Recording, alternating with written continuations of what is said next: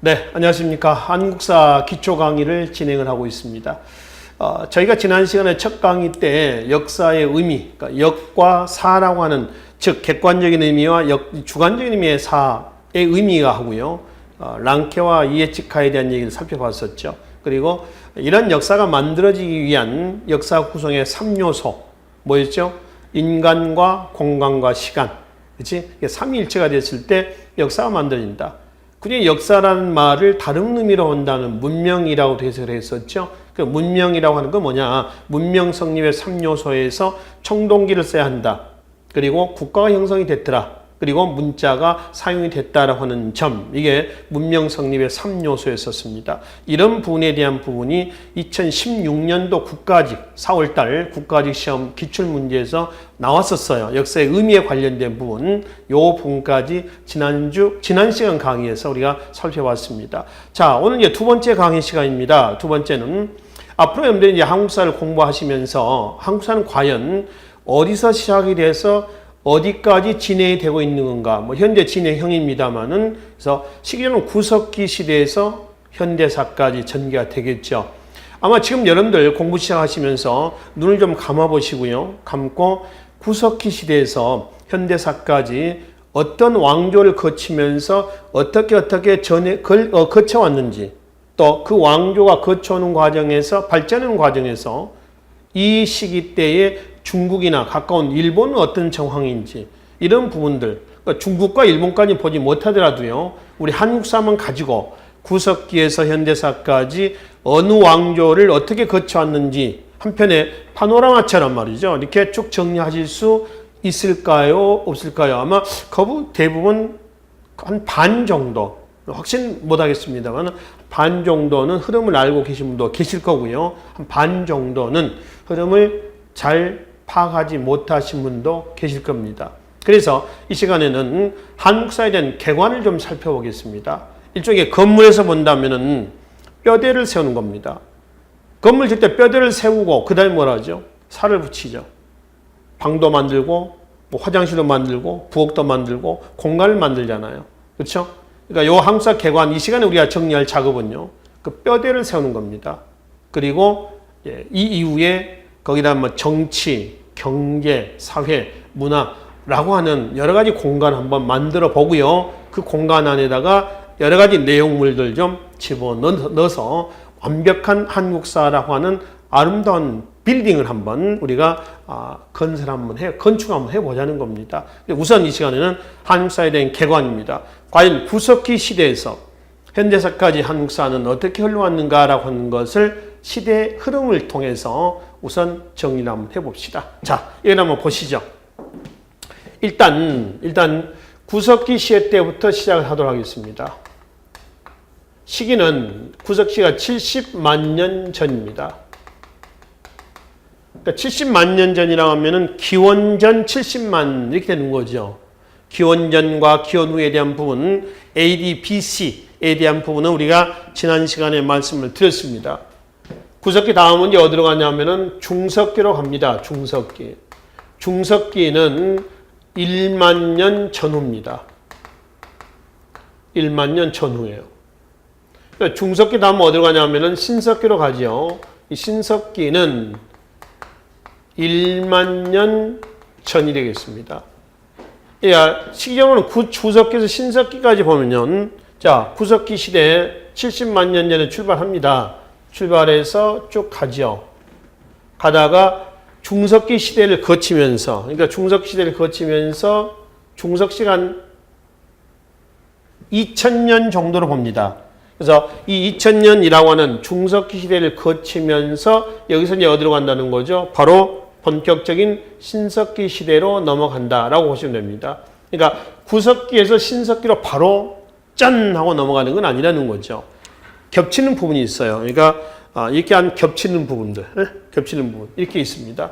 요 과도기를 우리는 뭐라 하냐면은 중석기 시대를 한다. 중석기다라고 이제 보시면 됩니다. 시기는 약 한 2000년 정도 된다라고 보시면 됩니다. 여기까지는 계급이 있다고 그랬어요. 계급이 없다고 그랬어요. 계급이 없습니다. 얘는 평등사입니다. 우리가 지난 시간에 말씀을 드렸습니다만은 계급이 나온 것은 어떤 시대 이후에 계급이 처음 나오냐 했더니 청동기 시대 이후에 계급이 처음 나와요. 그렇죠? 그러니까 청동기 이제는 평등 공동체 사회라고 있습니다. 금속기가 사용되면서 정복활동이 나오고 정복활동의 결과 지배와 피지배의 그런 계급이 형성이 되는 거죠. 그러니까 여기는 신석기까지는 계급이 없단 말이에요. 자, 다 석기 시대입니다. 석기 시대예요. 굳이 여기다가 구, 중, 신 이렇게 나누는 기준은 뭐냐? 이유는 뭐냐라고 하면은 석기 다듬는 정도입니다. 그러니까 갈수록 석기가 작아지고 예리해질 겁니다. 그러겠죠. 그렇죠? 이거는 뇌 용량이 커지고 있다는 그런 의미죠. 두뇌, IQ가 높아지고 있다라고 하는 겁니다. 그러니까 뇌 용량이 커질 수 있었던 것은 뭔가 만들고 뭔가 뭘 하면서 제작하고 하면서 뇌 용량이 커지는 거죠. 여기에 영양분 공급도 돼야 됩니다. 사냥을 통해서 가축, 단백질을 이제 섭취하는 거죠.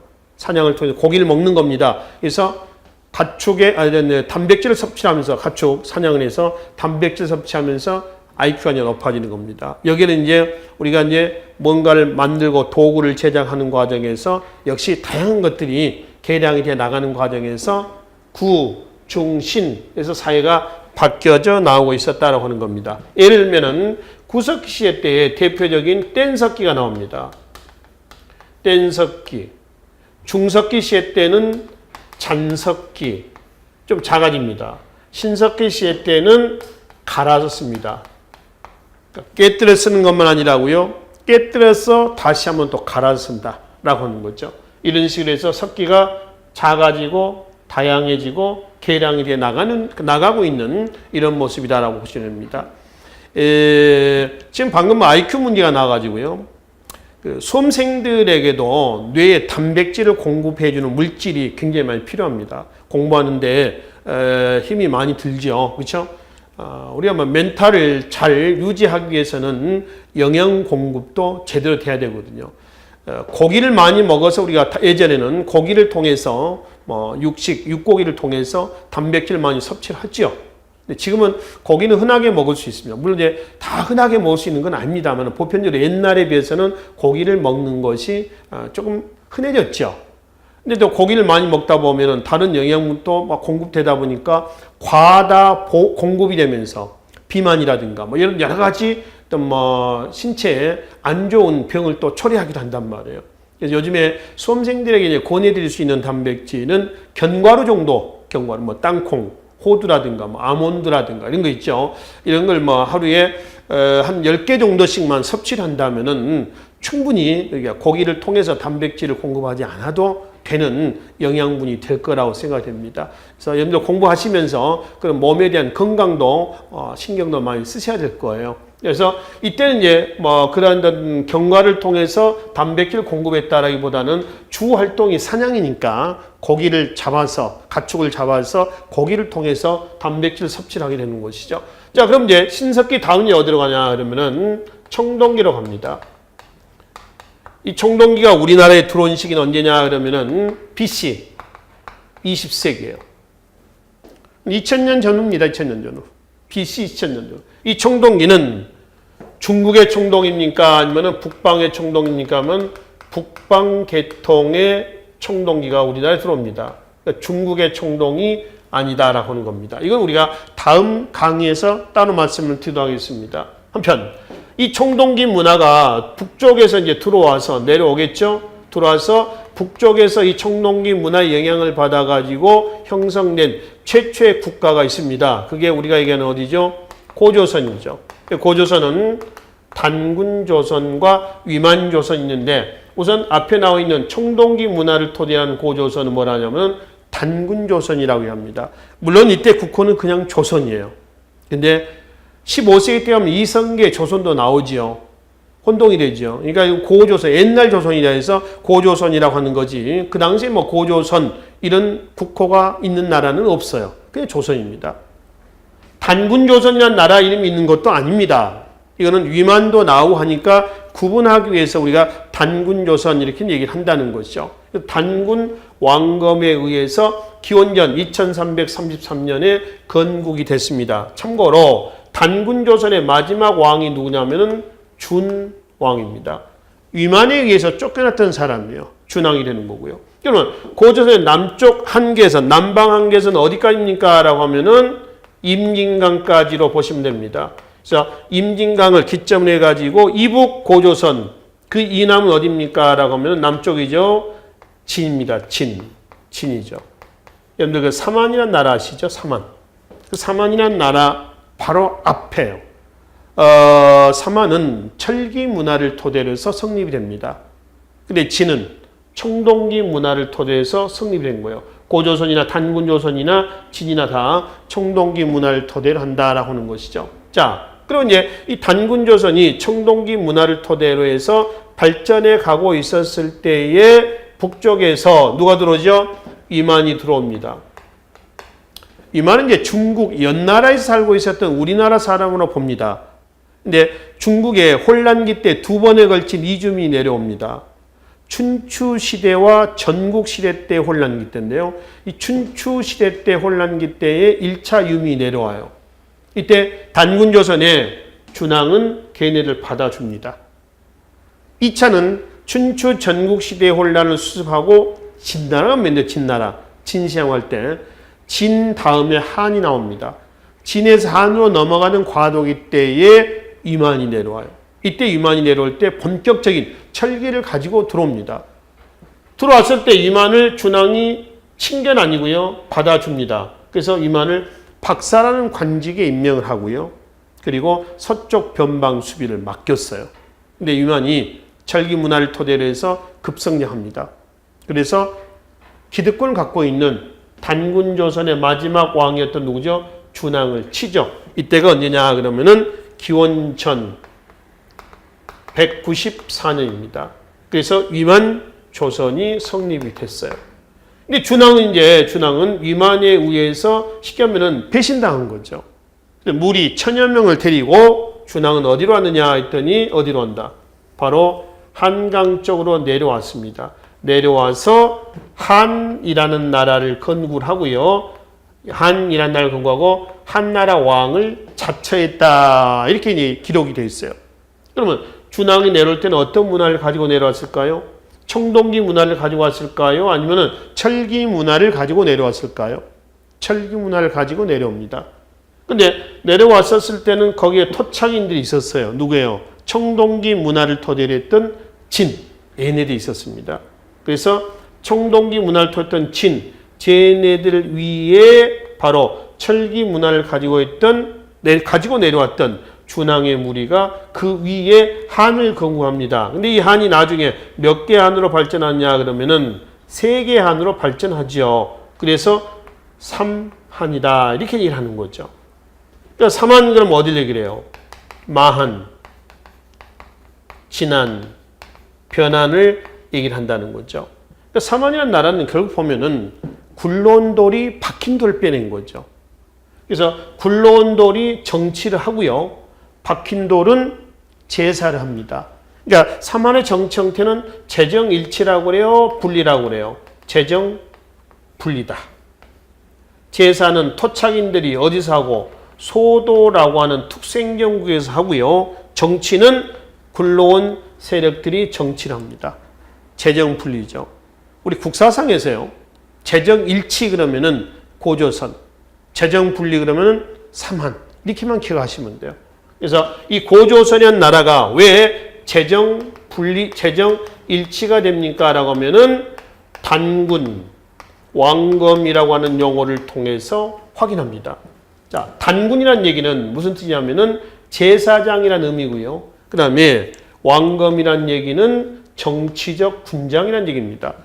단군 따로 왕검 따로가 아니죠. 단군, 왕검 하나 된 용어예요. 한 사람이서 제사와 정치를 담당했다라고 하는 겁니다. 역사 발전 단계를 보면 재정 일치 단계에서 재정 분리 단계로 발전해 갑니다. 아시겠죠? 자, 그래서 이제 밑에 3화는 이렇게 넘어가는데 다시 이제 이북으로 한번 넘어갑시다. 그러니까 위만조선이 들어섰던 요 시기는 청동기 이후에 어느 시대에 해당되냐 하면 어느 시대? 철기 시대에 해당이 되고요. 철기가 우리나라에 들어온 것은 기원전 5세기를 전후로 하는데 이만은 본격적인 철기 문화를 우리나라에 전달해 줬던 장본인이에요.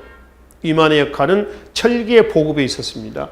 그래서 철제 농기구, 철제 무기, 그리고 이제 철제 농기구를 사용하면서 농업 생산력이 증대가 되고 대외 중개 무역을 독점하면서 중국 한나라 무제의 침략을 받습니다. 그래서 한사군이 성립이 되면서 이만조선은 막을 내렸습니다. 기원전 108년입니다. 한나라 무제의 침략을 받아서 한 1년 정도 저항을 하죠. 그러나 결국 108년, 기원전 108년에 왕검성이 함락이 되면서 고조선은 막을 내리게 됩니다. 그래서 기록에 의하면 BC 기원전입니다. 2333년이죠. 2333년부터 108년까지 가는 겁니다. 그렇죠? 그래서 한사군, 낭랑, 진번, 임든, 현도군에서 한사군이 성립이 됐고요. 그 한사군 영역에서 본격적인 철기 문화의 영향을 받아서 북쪽에서 여러 나라가 성립됩니다. 해모수에 의한 부여와 주몽에 의한 고구려입니다. 근데 고구려의 건국 과정을 보면은 부여 해모수의 서자, 주몽이 지배계급 내 대립과 분열, 박해를 피해서 졸본으로 내려와서 고구려를 건국했다. 이렇게 돼 있죠. 그래서 고구려의 건국의 주역은 부여족입니다. 그 다음에 이제 함경도 쪽에 어디가 있어요? 옥저가 있고요. 강원도 이북 쪽에 어디가 있죠? 동해가 있습니다. 그러니까 요 나라들은 북쪽에서 성립된 나라고요. 만지남 변화는 이건 남쪽에서 성립됐던 나라입니다. 이 나라들이 철기 문화를 토대로 했었던 이른바 초기 국가, 여러 나라다라고 하는 거죠. 나라가 여러 개니까 여러 나라로 오지 다른 의미는 없어요. 뭐 이런 용어들이 그 당시에 사용된 용어는 아니고요. 지금의 현재 와서 만들어진 용어거든요. 그 여러 나라의 성립은 제각기 다릅니다만은 대체로 기원 전후입니다. 그러니까 여기서 기원 전후는 서력 기원 전후를 얘기하는 거죠. 자, 혼동될 수가 있으니까요. 서력 기원 전후로 합시다. 에 부여고구려 옥조동에 스려 삼한이 성립이 했다라고 하는 겁니다. 근데 삼한이라는 나라는요. 마한 진한 변환에서 세 나라로만 돼 있는 건 아니고요. 마한은 목지국이라고 하는 나라를 중심으로 해서 목지국을 중심으로 해서 54개의 나라를 얘기합니다. 그러니까 54개 중에서 가장 중심은 목지국이 된다라고 하는 거고요. 진화는 사로국을 중심으로 해서 12개의 나라입니다. 그러니까 총 12개인데 진화는 12개 중에서 주축은 어디라고요? 사로국입니다. 아시겠죠? 그리고 변화는 구야국. 12개, 그러니까 변한 12개 나라가 있는데 12개 나라 중에서 주축은 어디다? 구야국이다. 자, 참고로 구야국은 구야는 가야라고도 해도 관계가 없습니다. 가야 또는 가라라고 해도 관계가 없습니다. 가라, 가야, 구라, 구야, 구야, 구야 해서 다 같은 얘기예요. 이건 이제 이 구야국을 다시 또 그 클로즈에 보면요. 6개 가야로 또 되어 있어요. 뭐 대가야, 소가야, 아라가야, 성상가야 뭐 등등의 6개 가야가 있는데 그 중에 여러분들은 전기가야였던 금관가야고요. 후기가야였던 대가야만 정리하시면 됩니다. 나머지는 확인할 필요가 없어요. 그래서 총 몇 개예요? 총 78개 나라가 있네요. 78개 나라 중에서 가장 중심은 어디입니까? 그럼 어디다? 목지국이 됩니다. 아시죠? 목지국이 가장 중심이에요. 세력은 그렇습니다. 그러면 이제 이 나라들이 국이라고 해서 이 오늘날의 어떤 그 국가 형태로 오해하시면 좀 곤란하고요. 이 국은 어느 정도 규모냐 그러면 요즘에 군이 있죠, 군. 지방행정단위에 군이 있습니다. 그래서 경기도 가평군 그러면 가평군, 뭐 경상남도 함안군 그러면 함안, 요 정도의 나라예요. 그런 나라들이 54개라는 얘기입니다. 지금의 군 정도의 영역입니다. 그 중에서 가장 중심은 목지국이고 여기 마찬가지 사로국, 구야국이 주축이 된다는 겁니다. 요 나라가 그러니까 나라가 엄청나게 많잖아요. 여기 몇 개요? 지금 80개라고 했어요. 78, 그러니까 80개 가까이 되잖아요. 78개다가 70하고 80, 81, 82개야 쉽게 하면. 그렇죠? 이런 나라 난립되어 있는 상태입니다. 전부 철기 문화를 토대로 하고 있죠. 그러면 이 여러 나라 다음 단계 어디냐 그러면 여러 나라를 토대로 해가지고 한국 사회 이제 어디로 가죠? 고대 국가가 성립입니다. 이 고대 국가 성립은 AD 2세기 고구려를 시작으로 해가지고 가장 먼저 성립이 돼요. 2세기 태조왕래 때입니다. 이 고구려는 뭐냐 하면 이 고구려 있죠. 이 고구려를 얘기를 하고 있습니다. 그럼 부여와 옥조 동해는 어떻게 되느냐? 고대 국가로 성장하지 못했어요. 제일 먼저 옥저가 2세기 태조왕래 때 고구려에 병합이 됐고요. 동해 2세기 태조왕래부터 시작을 해가지고 5세기 광개토왕대 때까지 갑니다. 물론 사료의 기록을 보면은 중국의 삼국지 위서동의전이라든가 또는 뭐 김부식의 삼국사기에 보면은 동해도 2세기 태조왕래 때 같이 옥저랑 같이 병합됐다라고 하는데 그 이후에 3세기, 4세기, 5세기 광개토왕대 때까지 동해라는 이름이 나와요. 그러니까 2세기 태조왕래 때 동해가 고구려에 병합됐다. 맞습니다. 5세기 광개토왕래 때 고구려에 병합됐다. 이것도 5. 다 맞는 걸로 보세요. 그러니까 정확한 기록이 없습니다. 물론 이런 내용들이 공무원 시험에 출제가 되느냐라고 하는 거죠. 출제되지 않습니다. 아시겠죠? 그러니까 저는 5세기 광개토왕래 때에 동해라는 나라가 나와서 5세기로 봤습니다. 참고하시고요. 그럼 이제 부여는 계속 발전해 가다가 5세기 말 문자 왕대 때 고구려에 병합이 돼요. 그래서 북쪽에서는 이 고구려를 중심으로 해가지고 세력이 통폐합이 됐습니다. 우리가 삼국 그러면 고구려 백제 신라 그러죠. 그 중에 고구려가 가장 먼저 고대국가로 성립이 됐다. 이런 이해가 되는 것이죠. 아시겠죠? 한편 밑에 동네에서는 어떤 일이 나오고 있을까?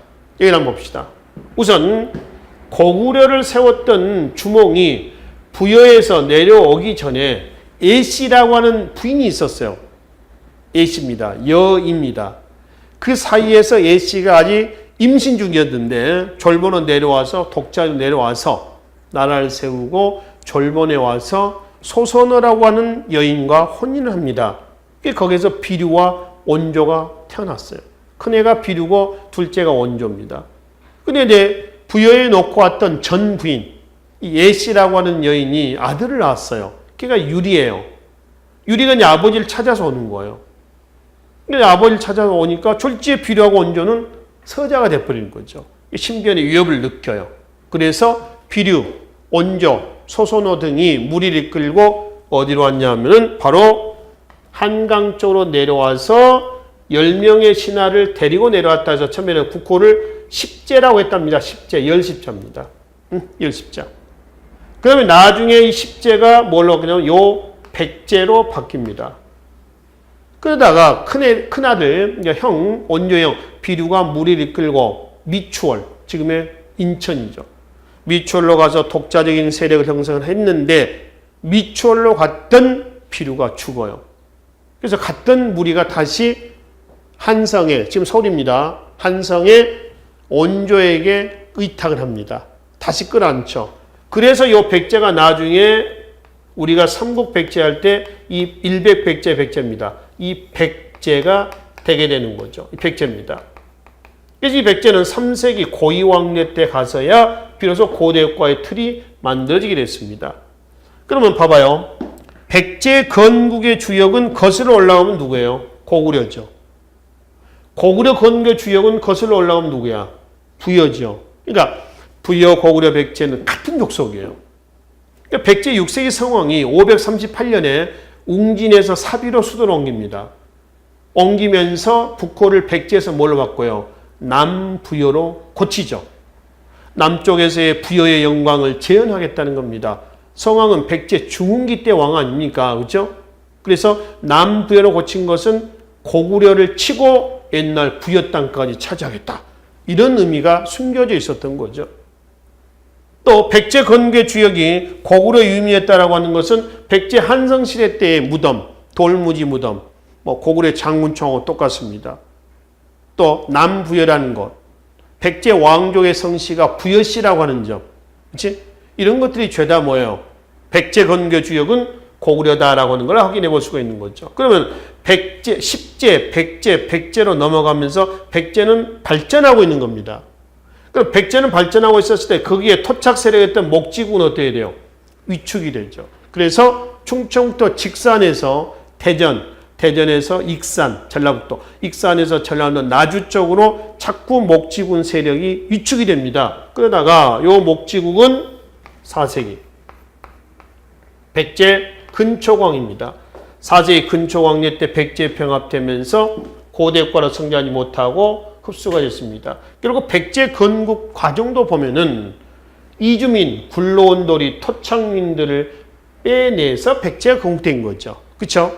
여기 봐요. 삼원년 나라고 그러잖아요. 삼원도 굴러온돌이 박힌 돌을 빼내서 삼한이 건국됐듯이 백제란 나라도 그런 과정을 겪고 있다라고 하는 걸 확인해 볼 수가 있다는 겁니다.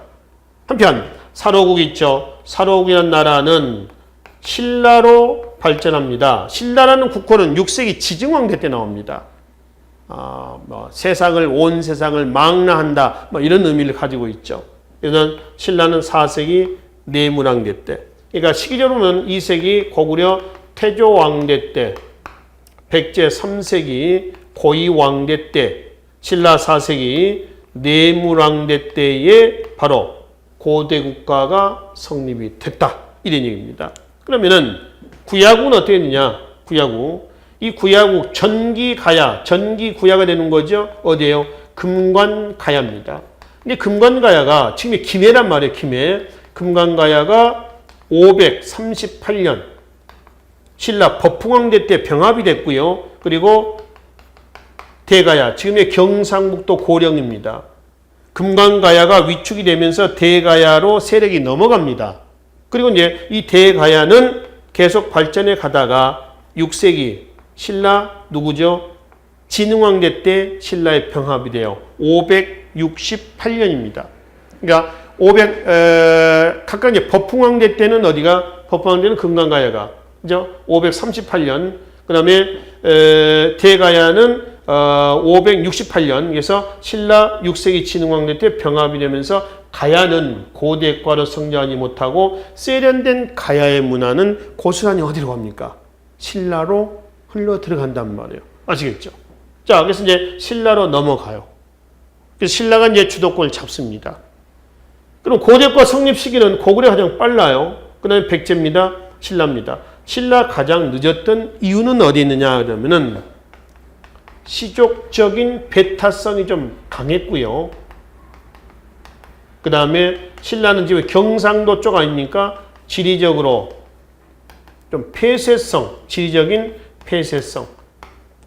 시족적 배타성이라고 하는 것은 시족 사회의 틀을 가장 많이 계승했던 나라가 신라입니다. 시족사회는 신석기 사회입니다. 시족은 지금의 가족이에요. 가족은 배타적이에요? 아니면 개방적이에요? 배타적이죠. 그러니까 외부인이 우리 가정 안으로 들어오는 과정은 굉장히 시간도 오래 걸리고요. 절차도 복잡합니다. 혼인관계를 보시면 됩니다.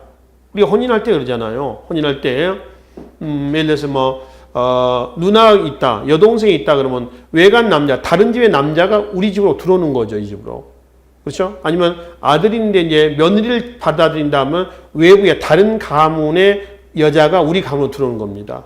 그 과정에서 부모님의 승인을 받고 허락을 받는 과정이 쉽습니까? 갑자기 여러분들 어떤 이제 마음에 드는 여자가 있습니다. 데려왔어요. 데려와서 어머니 아버지 나 결혼하겠습니다. 어머니 아버지가 그래 해라.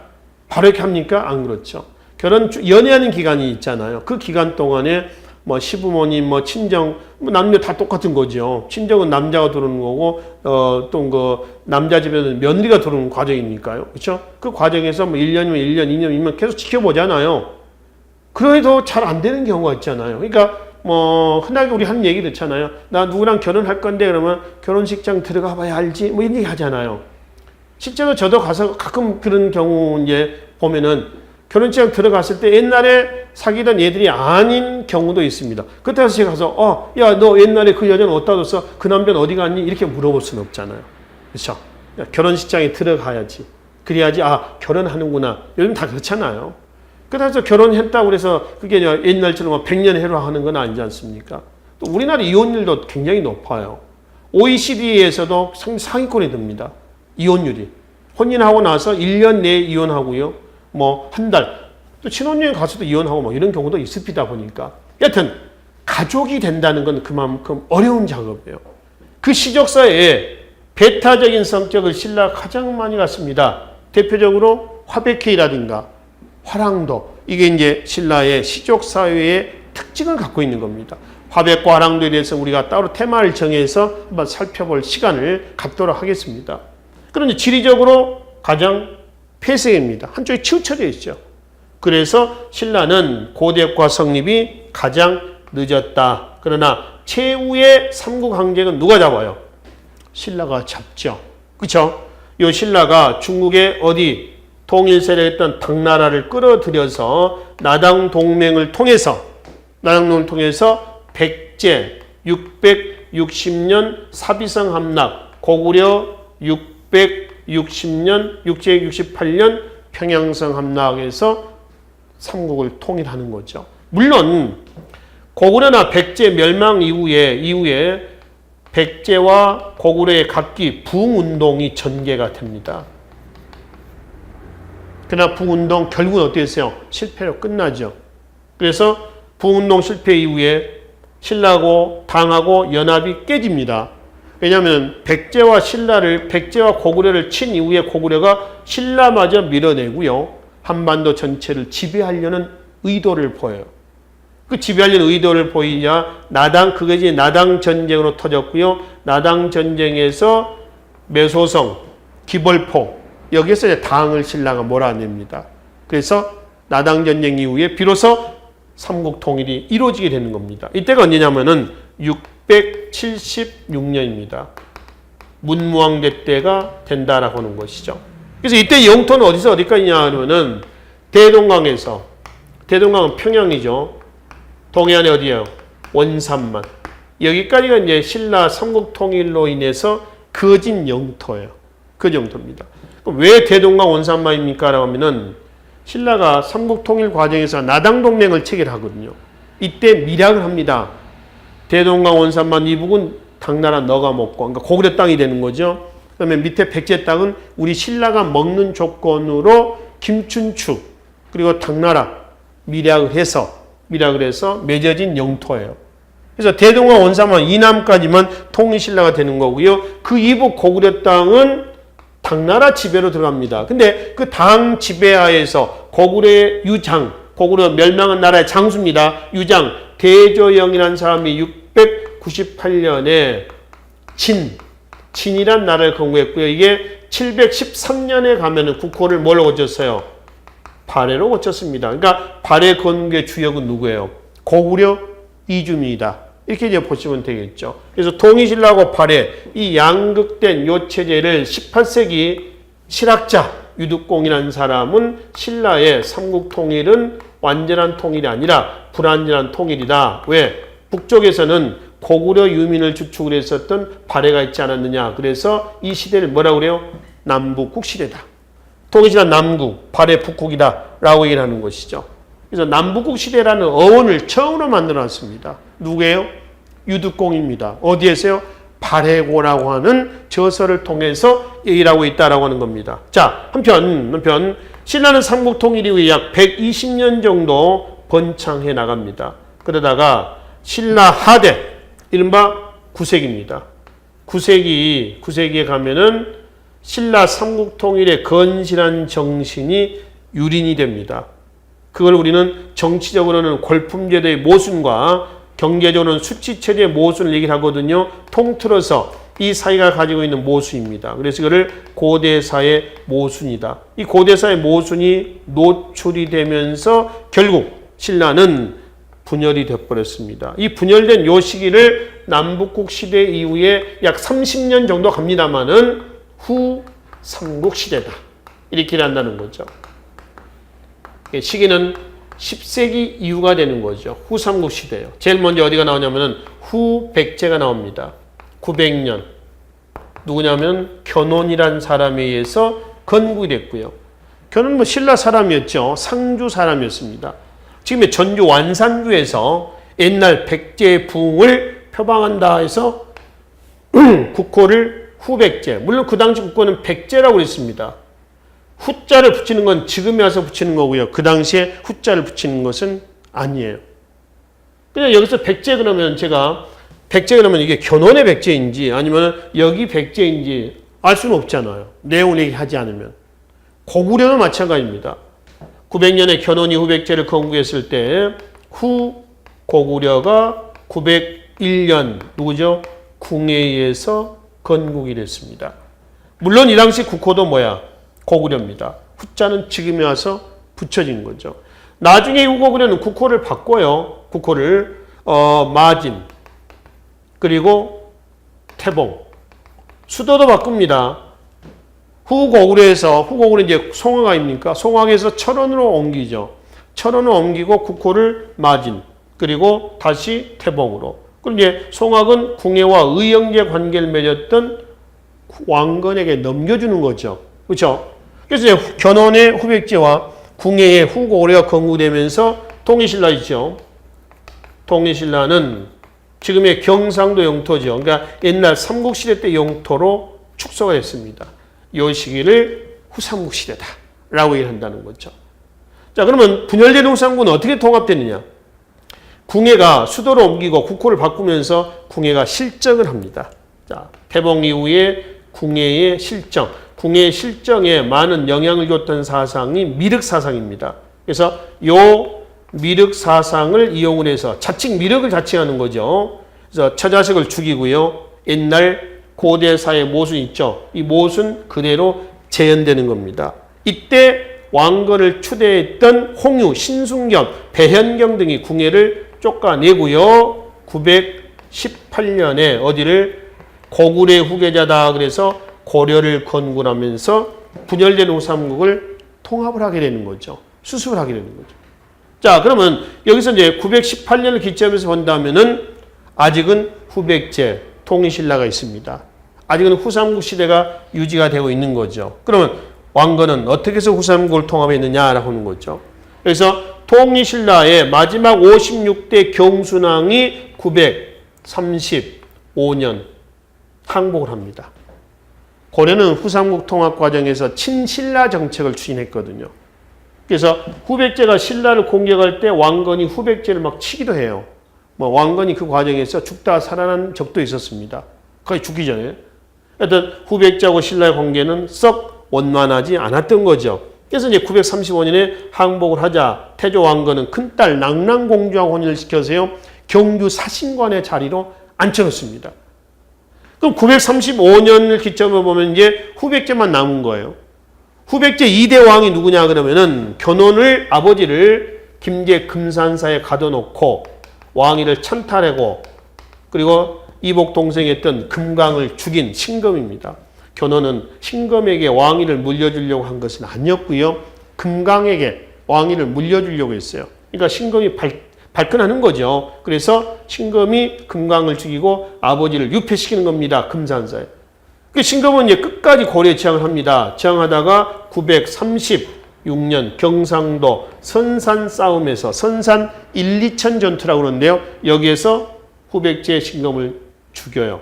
그래서 918년에 건국된 고려는 936년을 끝해서 분열된 후삼국을 깔끔하게 정리해놨습니다.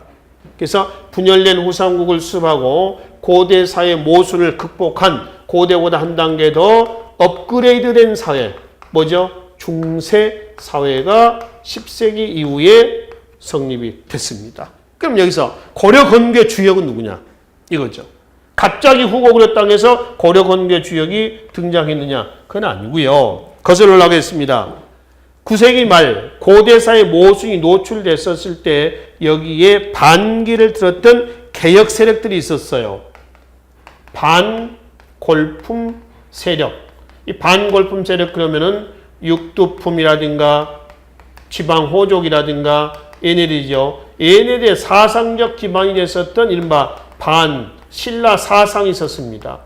육두품의 사상적 기반이 됐던 유교가 있고요. 지방오족의 사상적 기반이 됐던 뭐예요? 선종과 또 뭐 풍수, 지리설이 있었어요. 그래서 얘네들이 신라하대 모순을 극복하려고 부단한 노력을 했었습니다. 근데 잘 됐어, 안 됐어? 잘 안 됐죠. 잘 안 됐으니까 분열된 거죠. 그렇죠? 그리고 얘네들이 후삼국 분열 상황을 수습을 하다가 결국은 고려 건국의 주역으로 성장하게 됐습니다. 그래서 고려 건국의 주역은 얘네들과 이것들이 연합해서 고려가 건국이 된 것이죠. 이해되시죠? 그러면 고려가 건국됐었을 때 북쪽에 대동강 원산만 이북에서 건국됐던 618년의 발해는 어떻게 됐을까 이거죠. 발해는 고려가 건국됐을 때까지 유지가 돼 나갑니다. 발해가 926년에 어디에 멸망하냐면은 거란에게 멸망을 합니다. 거란이 세운 나라를 요라고 그래요. 그러니까 918년에 고려가 건국됐을 때 아직은 발해는 있었어. 그리고 거란에게 멸망을 하자 발해 유민들이 또 어디로 와요? 고려로 내려옵니다. 고려는 발해 유민들을 받아줬을까요? 아니면 내쳤을까요? 받아주죠. 민족 융합 정책입니다. 그렇죠? 고려는 어디의 후계자라고 그랬어요? 고구려의 후계자예요. 발해는 어디의 후계자인가요? 고구려의 후계자예요. 그렇죠? 그러니까 발해나 고구려는 같은 족속이라고 보시면 됩니다. 그럼 발해가 멸망한 이후에 고구려 고토 누가 차지하고 있어요? 거란이죠. 거란과 고려는 어떤 관계가 되겠어요? 적대 관계가 되는 거죠. 적대 관계. 그래서 고구려 고토 회복을 위한 북진 정책을 추진하면서 거란하고 총 3번에 걸친 충돌이 나온단 말이에요. 근데 그 거란 또 어디에 멸망합니까? 여진. 그죠? 여진. 1127년에 여진에게 멸망합니다. 여진족이 세운 나라를 금이라 하고요. 여진은 다시 1, 2, 3, 4년에 몽골에게 멸망합니다. 몽골이 세운 나라를 뭐라 하죠? 원이라고 하죠. 원. 여기까지가 바로 우리나라에서는 고려 시대 부분이 됩니다. 그래서 고려는 918년에서 1392년 조선이 건국됐을 때까지 여기가 약 500년 가까이 됩니다. 고려 중세죠. 그리고 중세 사회 모순을 극복하면서 조선이 건국이 되죠. 이게 이제 조선 건국 이후에 뭐가 되죠? 근세 사회로 15세기입니다. 넘어가게 된다라고 하는 겁니다. 그럼 중국은 어떻게 했냐, 중국은? 거란, 여진, 그 다음에 몽골이 있었을 때 중국은 어디에 있냐면은 송입니다, 송. 북송이 있죠. 송 앞에는 우리나라의 후삼국 시대하고 똑같아요. 중국의 절도사의 혼란기입니다. 5대 10국이라고 하는 시대가 있고요. 그 5대 10국 이전에는 어딜까요? 바로 통일신라하고 발해가 있을 때 중국은 어디죠? 당나라가 있었겠죠. 당. 그러니까 중국사하고 한국사는 항상 같이 간다. 이렇게 보시면 됩니다. 북송은 어디에 멸망했냐면은 여진에게 멸망을 하고요. 북송이 멸망하고 남송이 성립됩니다. 근데 그 남송은 또 어디에게? 몽골에게 멸망을 하죠. 그리고 남송 한족입니다. 이거는 북방민족이죠.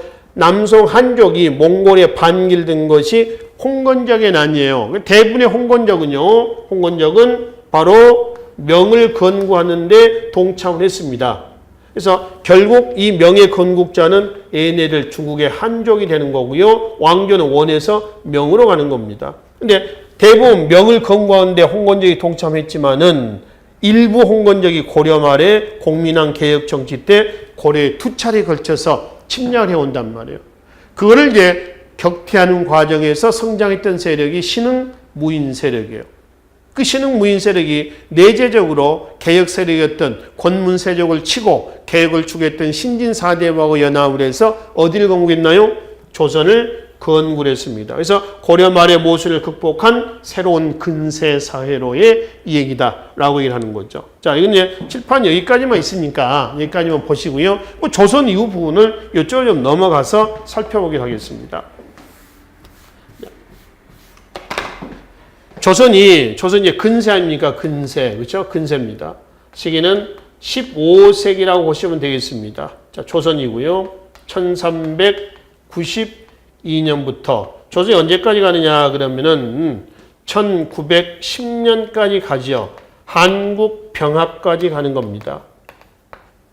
그럼 500년 왕조입니다. 약 520년 가까이 되죠. 500년 왕조를 반으로 나누겠습니다. 기준은 1592년에서 98년 뭔가요?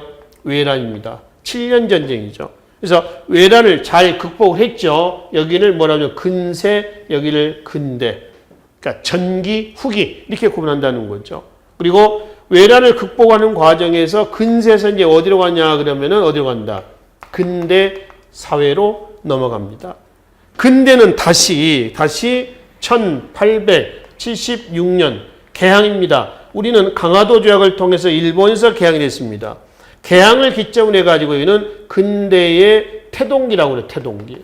그리고 이제 개항이는 근대 뭐라고 하죠? 발전기 이렇게 합니다. 여기까지가 우리 한국 사회에서 전근대사고요. 여기까지가 근현대사입니다. 그러니까 근현대사의 출제 비중도 상당히 높죠. 그리고 근대 태동기 발전기 이후에 한국 병합 있죠. 여기는 일제강점기입니다. 민족 독립 운동기. 그래서 1910년에서 언제까지 가죠? 1945년 8월 15일 광복까지가 바로 민족 독립 운동기. 이 부분이죠. 그리고 이제 민족 독립 운동기 광복 이후는 한국 뭘로 간다? 현대사. 그래서 이승만 정부부터 지금 현재 문재인 정부까지 쭉 진행되는 정치사의 흐름이 전개가 될 것이다 라고 하는 것이죠. 그렇죠? 그래서 구석기 시대에서요. 지금 구석기 시대가 70만 년 전이라고 있습니다. 현대사까지 21세기예요. 21세기 현대사까지 한국사의 왕조 개법입니다. 항상 개관 내용인데요. 이렇게 해서 뼈대를 세우는 겁니다. 건축의 뼈대를 세우고요. 이 뼈대 위에 우리는 앞으로 정치, 경제, 사회, 문화사라고 하는 다양한 공간을 만들어 놓고 관련된 내용을 그 공간 안에다가 차곡차곡 채우는 이 과정이 되겠습니다. 그래서 이 시간에는 한국사 개관 구석기에서 현대사까지 눈을 좀 감았을 때요. 아, 구석기에서 현대사가 이렇게 진행되어 왔구나. 대략 이때 중국은 어떤 정세였구나. 이런 내용들을 흐름을 이 시간에 정리를 하시라는 의미입니다. 그래서 두 번째 강의는 한국사 개관이었습니다. 자, 다음 강의는 새로운 주제를 가지고요. 다음 시간에 또 뵙도록 하겠습니다. 수고하셨습니다.